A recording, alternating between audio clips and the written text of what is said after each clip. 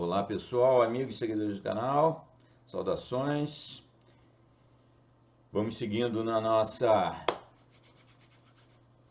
caminhada pela obra de H.P. Lovecraft. Semana passada nós fomos de Polaris, a obra de 1918, é a única obra desse ano. E agora nós vamos começar em 1919. Já em 1919 temos muitas obras. A primeira delas é Além do Muro dos Sonhos, essa de hoje, né? Esse é um conto de, não é exatamente terror, é um conto fantástico, toques de algum horror. É um conto que alguns classificam como ficção científica. Vocês vão ver por quê, né? Até um belo dia a gente debate um pouco essa. Não é muito importante, né? Essas classificações das obras. O importante é ler e curtir, né? Ou, no caso aqui, ouvir e curtir. Mas é uma história um tanto arrepiante, né? Que é centrada num louco. Slater é a figura central. Não é exatamente o herói, né? Mas também não é exatamente o vilão. É centrado, tem uns traços de horror cósmico, vocês vão ver porque é centrado nessa figura. Tem um aspecto também, uma espécie de microcosmos assim do Lovecraft, né? Porque tem aspectos que alguns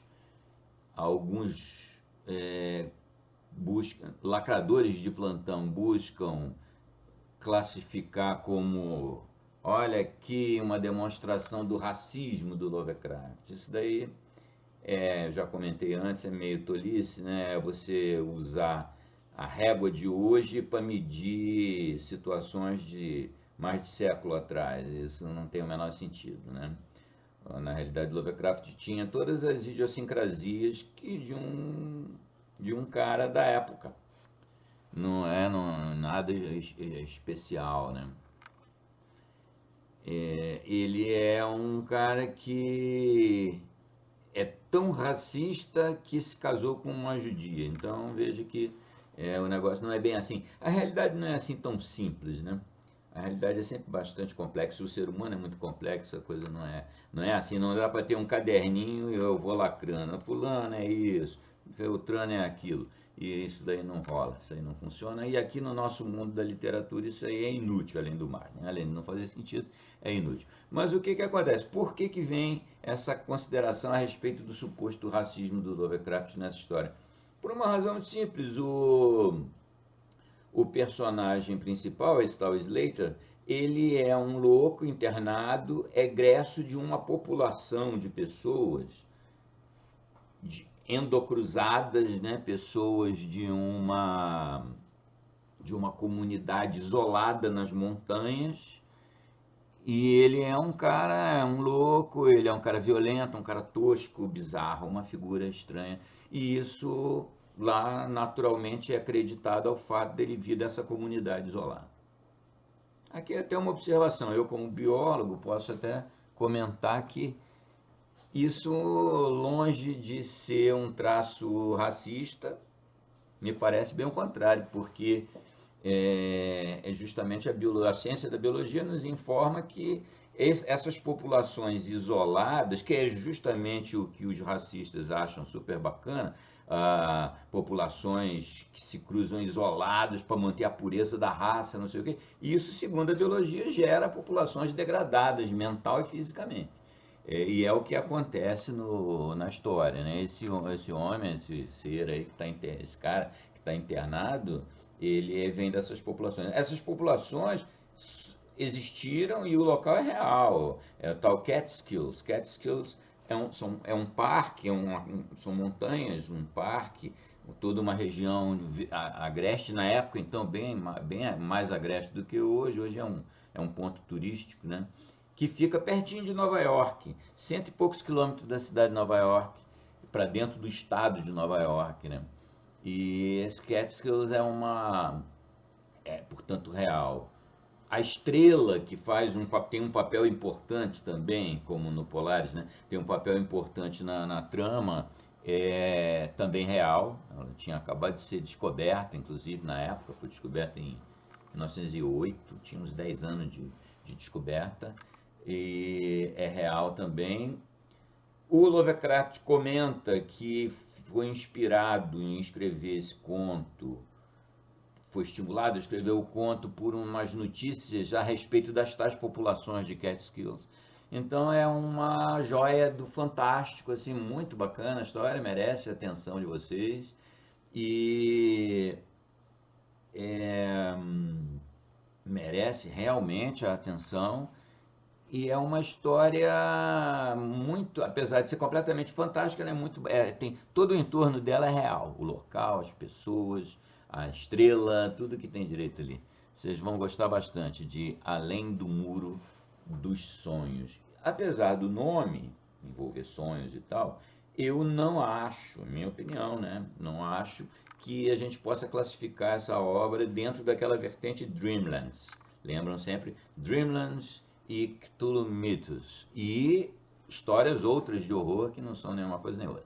Mas o grosso da produção do Lovecraft ou é bem Dreamlands ou é bem Cthulhu Mythos. Essa eu não diria, apesar de que é baseada em sonhos. A propósito, é comum, tem um monte de contos e romances do Lovecraft que total ou parcialmente são baseados em sonhos do Lovecraft, né? Essa história é baseada de certa forma, num sonho, como o Polaris também era, né? Mais ainda. Mesmo assim, eu não acho que é Dreamlands. O Polaris até que seria, mas essa não acho que seja. É baseado num sonho, mas não tem nada a ver com Dreamlands. E também não é Cthulhu Mythos. Sequer é, alguns acham, né? Sequer é uma história de horror, é mais uma história de ficção científica. Mas espero ter criado uma certa vontade de assistir, né? De ouvir Além do Muro dos Sonhos e realmente vale a pena. Vamos lá, pedindo sempre os likes, os comentários para a gente continuar com gás para ir fazendo até a gente chegar lá no final da carreira do cara. Chegar no que a gente já postou antes, né? Que foi o Haunter of Darkness. Então, um abraço a todos, saudações e vamos lá. Lovecraft, 1919, Além do Muro dos Sonhos.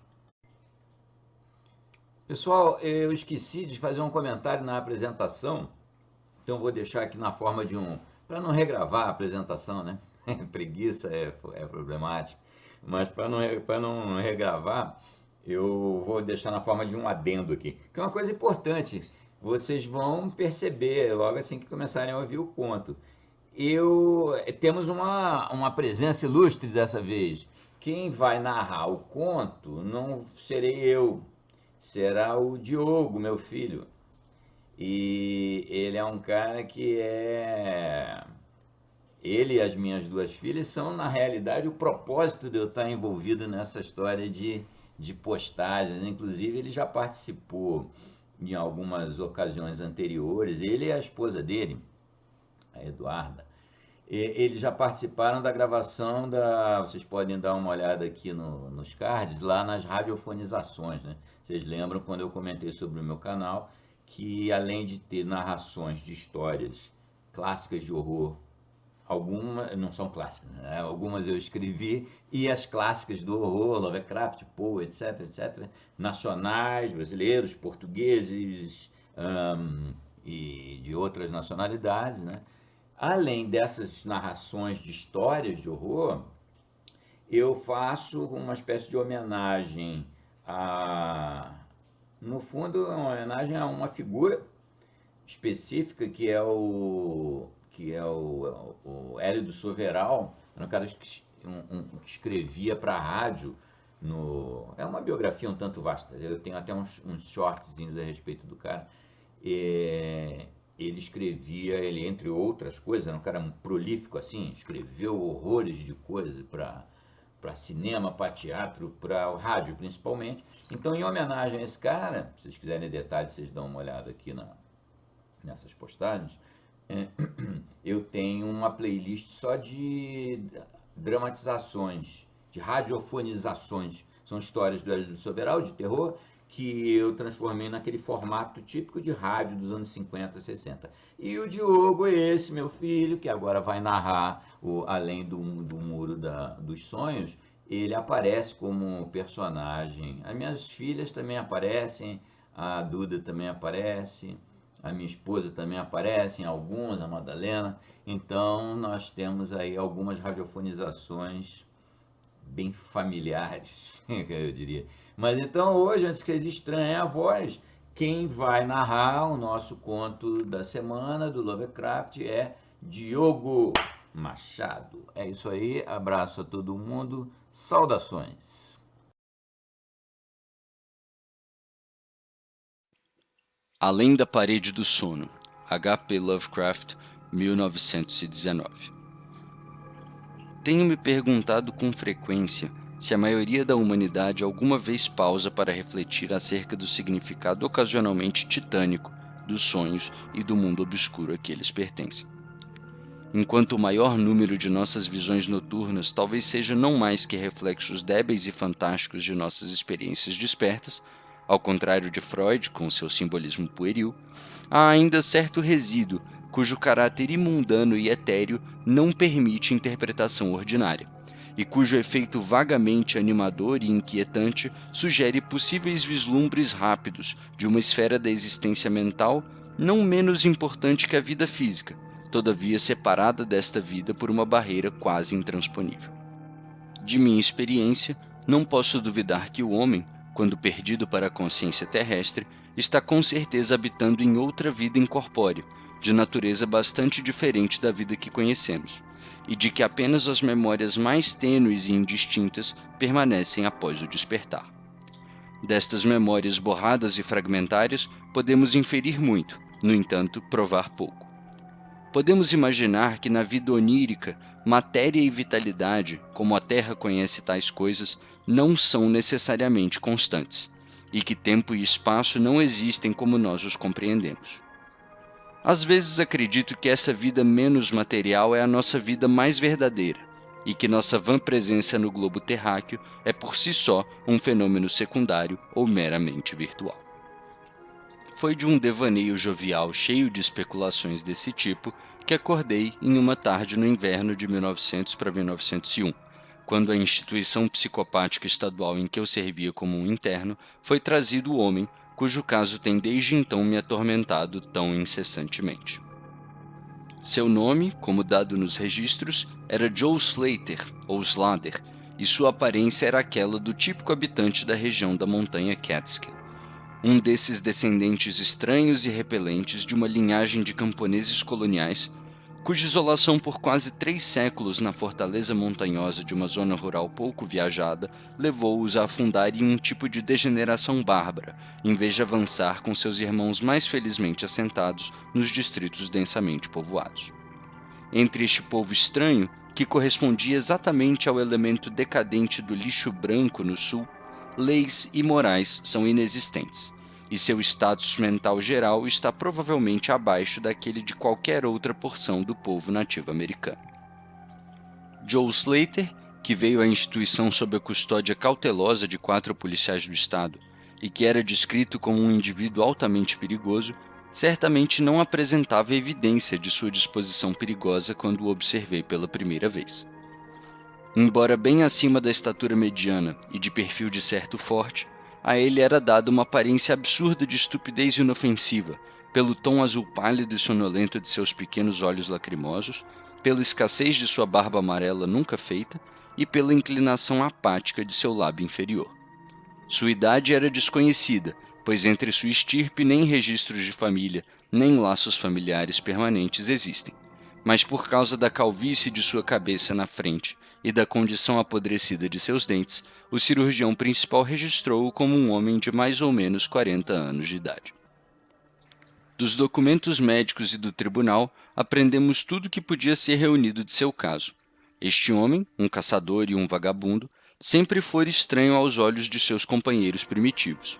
Ele havia habitualmente ido dormir à noite depois do horário comum, e ao acordar, costumava falar de coisas desconhecidas, em uma maneira tão bizarra que inspirava medo mesmo nos corações de uma população prosaica. Não que sua forma de linguagem fosse completamente incomum, pois ele nunca falava salvo no dialeto degradado de seu meio, mas o tom e teor de seus enunciados eram de tal selvageria misteriosa que ninguém consegue ouvi-los sem apreensão. Ele mesmo ficava geralmente tão aterrorizado e desconcertado quanto seus ouvintes, e dentro de 1 hora após acordar, esquecia-se de tudo o que dissera, ou ao menos tudo que o levara a dizer o que disse, recaindo em uma normalidade bovina e parcialmente amigável, como a de outros habitantes da colina. Conforme Slater envelhecia, parecia que suas aberrações matinais gradualmente aumentavam em frequência e violência, até mais ou menos 1 mês antes de sua chegada à instituição haver ocorrido a tragédia chocante que causou sua prisão pelas autoridades. Em uma manhã, próximo ao meio-dia, depois de um sono profundo começado em uma orgia de uísque aproximadamente às 5 horas da tarde anterior, o homem despertara repentinamente, com ululações tão horríveis e sobrenaturais que trouxeram diversos de seus vizinhos à sua cabana, um chiqueiro imundo onde ele habitava com uma família tão indescritível quanto ele próprio. Apressando-se para a neve do lado de fora, ele atirou os braços para cima e começou uma série de pulos no ar, enquanto gritava sua determinação de alcançar uma choupana grande, com brilho no telhado, nas paredes e no chão, e a estranha música alta à distância. Enquanto 2 homens de tamanho moderado procuravam contê-lo, ele lutava com força maníaca e fúria, gritando seu desejo e necessidade de encontrar certa coisa que brilha, treme e ri. Finalmente, depois de temporariamente derrubar um de seus detentores com um soco repentino, ele lançou-se sobre o outro em um êxtase demoníaco de sede de sangue, gritando diabolicamente que ele iria pular alto no ar e queimar seu caminho através de qualquer coisa que tentasse pará-lo.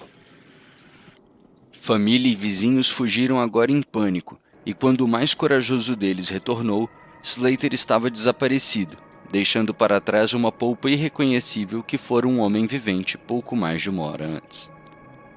Nenhum dos habitantes das montanhas ousou persegui-lo, e é provável que eles houvessem acolhido com prazer sua morte pelo frio. Mas, quando várias manhãs depois ouviram seus gritos vindos de uma ravina distante, eles compreenderam que ele de alguma forma conseguira sobreviver, e que sua remoção de uma maneira ou outra seria necessária.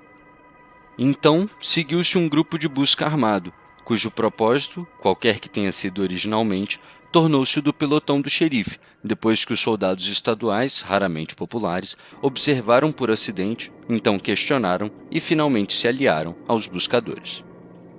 No terceiro dia, Slater foi encontrado inconsciente no côncavo de uma árvore e levado à cadeia mais próxima, onde alienistas de Albany examinaram-no assim que seus sentidos retornaram. A eles, Joe contou uma história simples. Ele disse que fora dormir em uma tarde aproximadamente ao pôr do sol, depois de beber muito. Ele acordara para encontrar-se de pé, com as mãos ensanguentadas na neve em frente à sua cabana, o corpo mutilado de seu vizinho Peter Slater a seus pés. Horrorizado, ele correu para a floresta na tentativa vaga de escapar da cena do que deveria ter sido seu crime. Além dessas coisas, ele parecia saber de nada.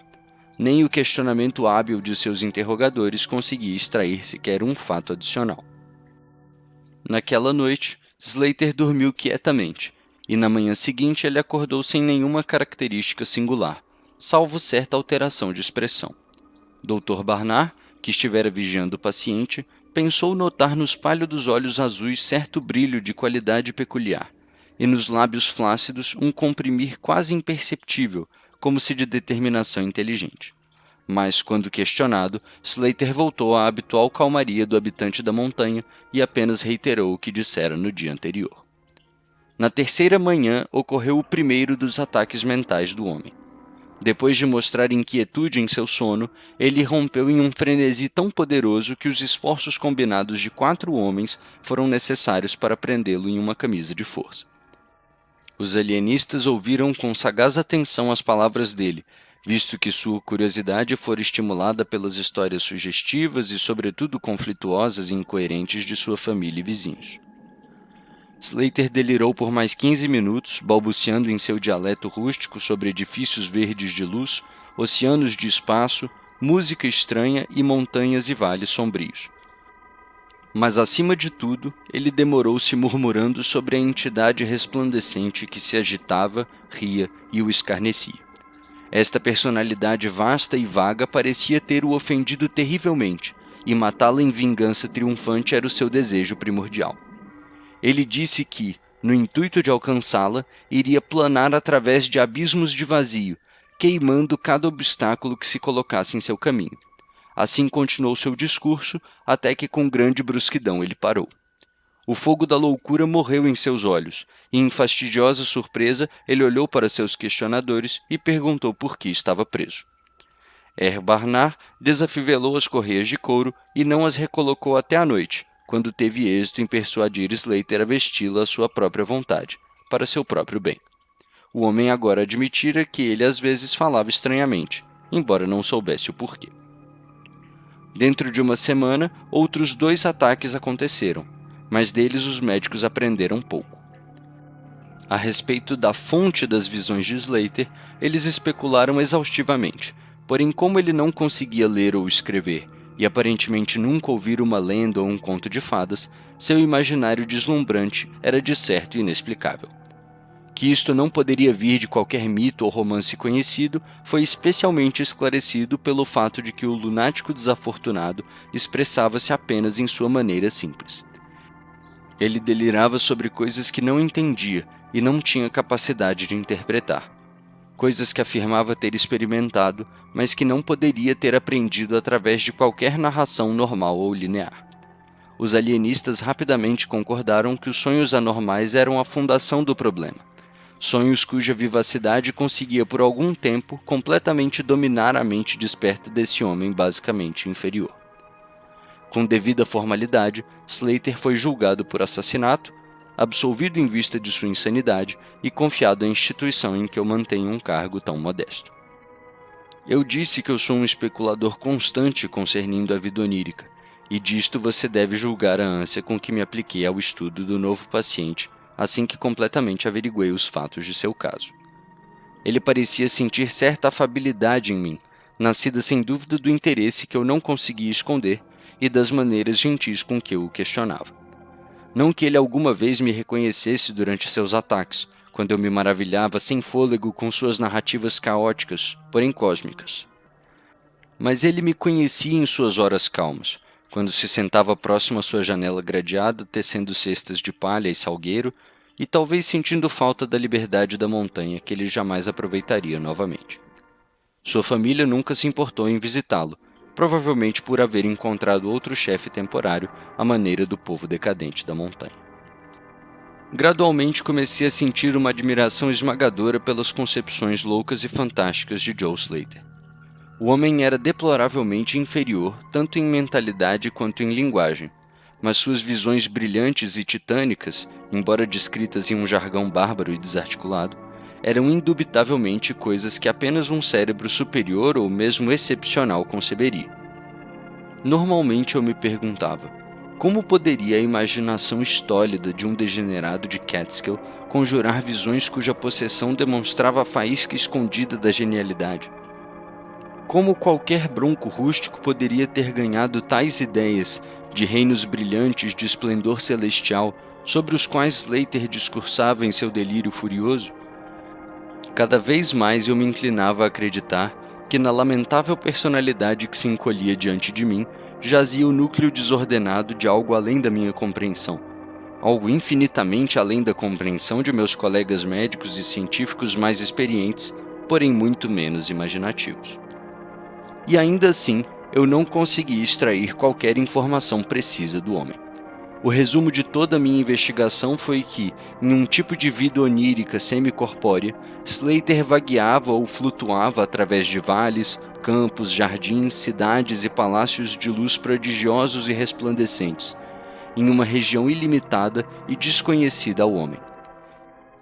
Que lá ele não era camponês ou degenerado, mas uma criatura de importância e vida vívida, movendo-se orgulhosa e dominantemente, e reprimido apenas por certo inimigo mortal, que parecia ser uma entidade de estrutura visível, contudo etérea, e que aparentava não ter forma humana, pois Slater nunca referiu a ela como um homem ou como algo salvo a coisa. Esta coisa fizeram um mal horrendo e inominado a Slater, do qual o maníaco, se maníaco ele fosse, desejava vingar-se. A partir da maneira em que Slater aludia a seus negócios, julguei que ele e a coisa luminosa encontraram-se em termos iguais. Que em sua existência onírica, o homem era por si próprio uma coisa luminosa, da mesma raça que seu inimigo.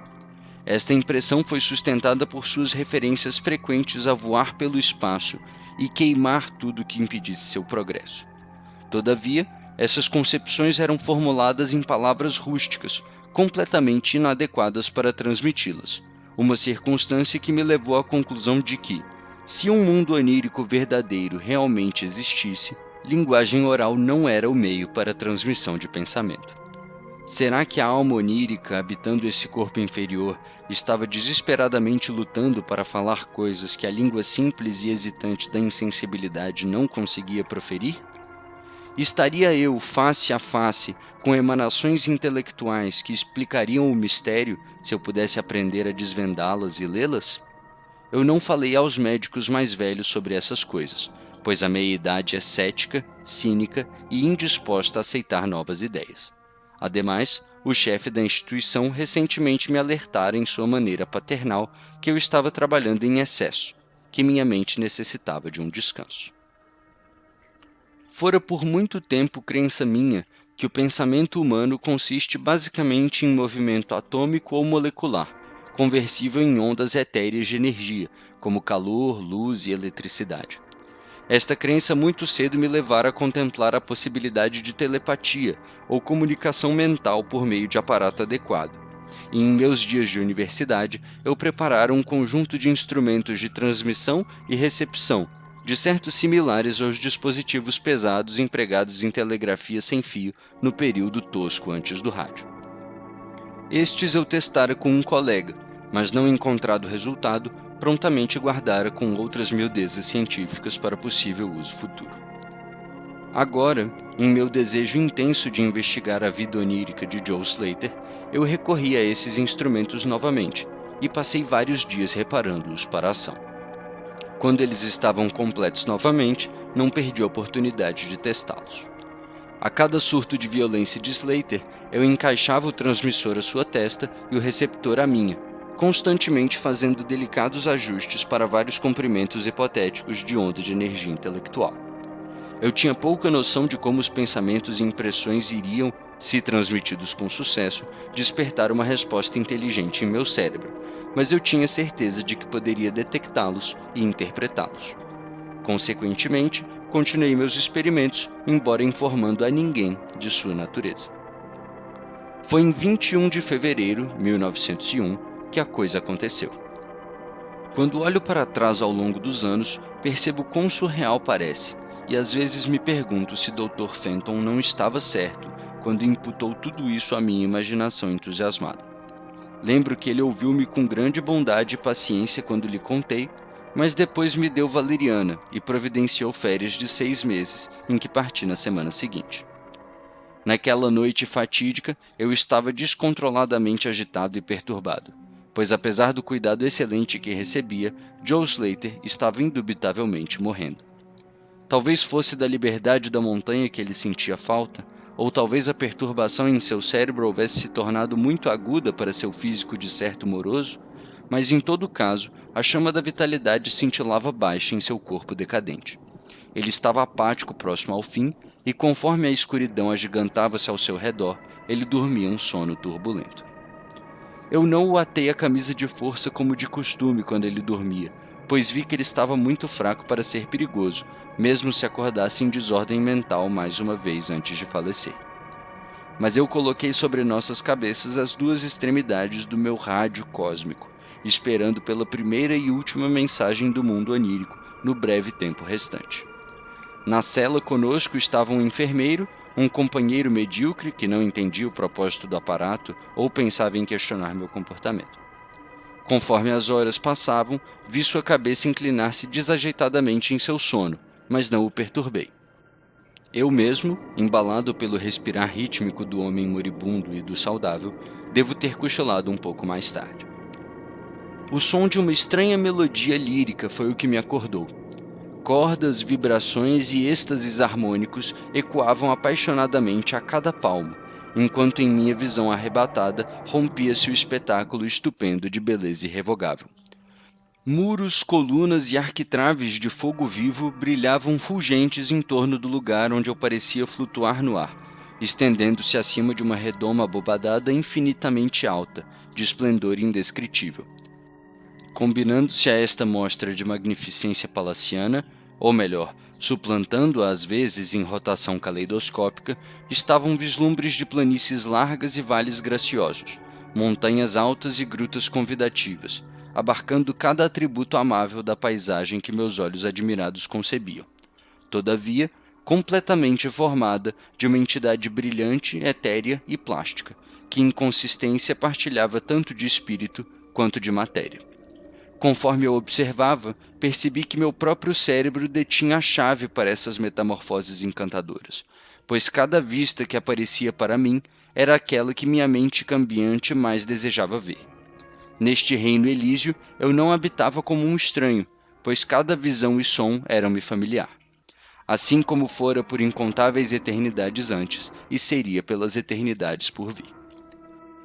A aura resplandecente de meu irmão de luz aproximou-se e presidiu um colóquio comigo, alma a alma, com um intercâmbio silencioso e perfeito de pensamento. A hora do triunfo estava próxima, pois não estava meu ser igual finalmente escapando de um degradante cativeiro periódico? Escapando para sempre e preparando-se para seguir o opressor maldito até mesmo aos extremos do campo de éter, para que sobre ele fosse forjada uma vingança cósmica flamejante, que tremeria as esferas? Flutuamos assim por pouco tempo, quando percebi um tênue borrar e desaparecer dos objetos ao nosso redor, como se alguma força estivesse me chamando de volta à Terra, para onde eu menos desejava ir. A forma perto de mim pareceu sentir a mudança também, pois gradualmente trouxe seu discurso a uma conclusão e preparou-se para deixar a cena, sumindo de minha vista em uma velocidade de certo menos rápida que aquela de outros objetos. Mas alguns pensamentos foram trocados, e eu soube que o ser luminoso e eu estávamos sendo mandados de volta para o cativeiro, embora para o meu irmão de luz essa fosse a última vez. A casca desolada do planeta estando quase gasta, em menos de 1 hora meu companheiro estaria livre para perseguir o opressor pela Via Láctea e além dessas estrelas, em direção aos confins da infinidade. Um choque bem definido separa minha derradeira impressão da cena de luz evanescente do momento em que acordei de súbito, de certo envergonhado, e ergui-me em minha cadeira conforme vi a figura moribunda no sofá mover-se hesitantemente. Joe Slater estava de fato acordando, embora provavelmente pela última vez. Enquanto eu me aproximava dele, vi que em suas bochechas lívidas brilhavam pontos de cor que nunca antes estiveram presentes. Os lábios também pareciam incomuns, estando rijamente comprimidos, como se pela força de um caráter mais forte do que fora o de Slater. O rosto finalmente começou a tornar-se tenso, e a cabeça virou-se inquietantemente com os olhos fechados. Eu não despertei o enfermeiro que dormia, mas reajustei as testeiras levemente desarranjadas de meu rádio telepático, na tentativa de capturar qualquer mensagem de despedida que o sonhador pudesse ter para transmitir. De uma vez, a cabeça virou-se agudamente em minha direção, e os olhos abriram-se, levando-me a encarar em completo assombro o que eu via. O homem que fora Joe Slater, o decadente de Catskill, estava agora me examinando com um par de olhos luminosos e expansíveis, cujo azul parecia ter sutilmente aprofundado. Nem mania nem degeneração eram visíveis nesse olhar, e eu senti sem dúvida que estava vendo um rosto atrás de que jazia uma mente ativa de alta ordem. Nesta conjuntura, meu cérebro tornou-se ciente de uma estável influência externa operando sobre ele. Fechei meus olhos para concentrar meus pensamentos mais profundamente e fui recompensado pelo reconhecimento positivo de que minha mensagem mental há muito procurada finalmente chegara. Cada ideia transmitida formava-se rapidamente em minha mente, e embora nenhuma língua fosse empregada, minha associação habitual de concepção e expressão era tão formidável que parecia estar recebendo a mensagem em inglês comum. Joe Slater está morto, veio a voz petrificante de um agente de além da parede do sono. Meus olhos abertos examinaram o sofá em horror curioso, mas os olhos azuis ainda estavam calmamente observando, e a fisionomia inteligentemente animada. Ele está melhor morto, pois ele era inapto a carregar o intelecto ativo de uma entidade cósmica. Seu corpo imundo não poderia suportar os ajustes necessários entre a vida etérea e a vida planetária. Ele era muito animal, muito pouco homem. Ainda assim, é através da deficiência dele que você descobriu-me, pois as almas cósmicas e planetárias certamente nunca deveriam se conhecer. Ele esteve em meu tormento e prisão diurna por 42 de seus anos terrestres. Sou uma entidade na qual você se torna na liberdade do sono sem sonhos. Eu sou seu irmão de luz e tenho flutuado com você nos vales fulgentes. Não é permitido que eu conte a seu ego terreno e desperto de sua natureza real, mas todos nós somos viajantes dos vastos espaços e errantes em muitas eras. No próximo ano, posso estar morando no Egito que você chama de antigo, ou no Império Cruel de Tsan-Chan, que está por vir 3.000 anos adiante. Você e eu flutuamos para mundos que cambaleiam próximos ao vermelho Arcturus e moramos nos corpos dos insetos filósofos que rastejam orgulhosamente pela quarta lua de Júpiter. Quão pouco o ego terreno conhece de sua vida e sua dimensão. Quão pouco, na verdade, ele deve saber para sua própria tranquilidade. Do opressor não posso falar. Você na Terra inconscientemente sentiu sua presença distante. Você que sem saber futilmente deu ao sinal luminoso o nome de Algol, o demônio estrela. É para encontrar e conquistar o opressor que tenho inutilmente me esforçado por eternidades, impedido por estorvos corporais. Hoje à noite eu vou como um nêmese, carregando justiça e vingança, ardentemente cataclísmica. Observe-me no céu próximo ao demônio estrela. Não posso falar mais, pois o corpo de Joe Slater torna-se frio e rígido, e seu cérebro grosseiro está parando de vibrar como desejo. Você tem sido meu único amigo neste planeta, a única alma a sentir e procurar por mim dentro da forma repelente que se deita neste sofá. Encontrar-nos-emos novamente, talvez nas brumas brilhantes da espada de Orion, talvez em um platô sombrio na Ásia pré-histórica, talvez em sonhos esquecidos hoje à noite, talvez de outra forma, uma eternidade a contar desse momento, quando o sistema solar deverá ter sido varrido. Nesse ponto, as ondas de pensamento cessaram abruptamente e os olhos pálidos do sonhador, ou posso dizer homem morto, começaram a brilhar como os de um peixe. Em estupor, atravessei até o sofá e tateei seu punho, mas encontrei-o frio, duro e sem pulso. As bochechas lívidas empalideceram novamente, e os lábios grossos abriram-se, revelando as presas repulsivamente apodrecidas do degenerado Joe Slater. Eu estremeci, puxei um cobertor sobre seu rosto medonho e acordei o enfermeiro. Então deixei a cela e fui silenciosamente para o meu quarto. Tive um instante de ânsia inexplicável por um sono de cujos sonhos eu não deveria me lembrar. O clímax? Que simples história de ciência pode vangloriar-se de tal efeito retórico? Eu meramente escrevi certas coisas apelando para mim como fatos, permitindo que você as interprete como quiser. Como eu já admiti, meu superior, o velho Dr. Fenton, nega a realidade de tudo que eu relatei. Ele jura que eu estava colapsado com tensão nervosa e em grande necessidade de longas férias remuneradas que ele tão generosamente deu-me. Ele assegura-me por sua honra profissional que Joe Slater era apenas um paranoico inferior, cujas noções fantásticas devem ter vindo das grosseiras histórias hereditárias que circulavam mesmo na mais decadente das comunidades. Tudo isso ele me disse. Todavia, não posso esquecer o que vi no céu na noite depois que Slater morreu.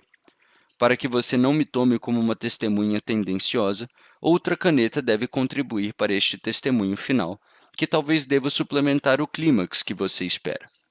Eu citarei literalmente o seguinte relato da estrela Nova Persei, retirado das páginas da célebre autoridade astronômica, professor Garrett P. Serviss. Em 22 de fevereiro de 1901, uma admirável estrela nova foi descoberta pelo Dr. Anderson, de Edimburgo, não muito distante de Algol. Nenhuma estrela esteve visível naquele ponto antes. Dentro de 24 horas, o estranho tornara-se tão brilhante que ofuscou Capella. Em uma semana ou duas havia visivelmente desvanecido, e no curso de alguns meses era dificilmente discernível a olho nu.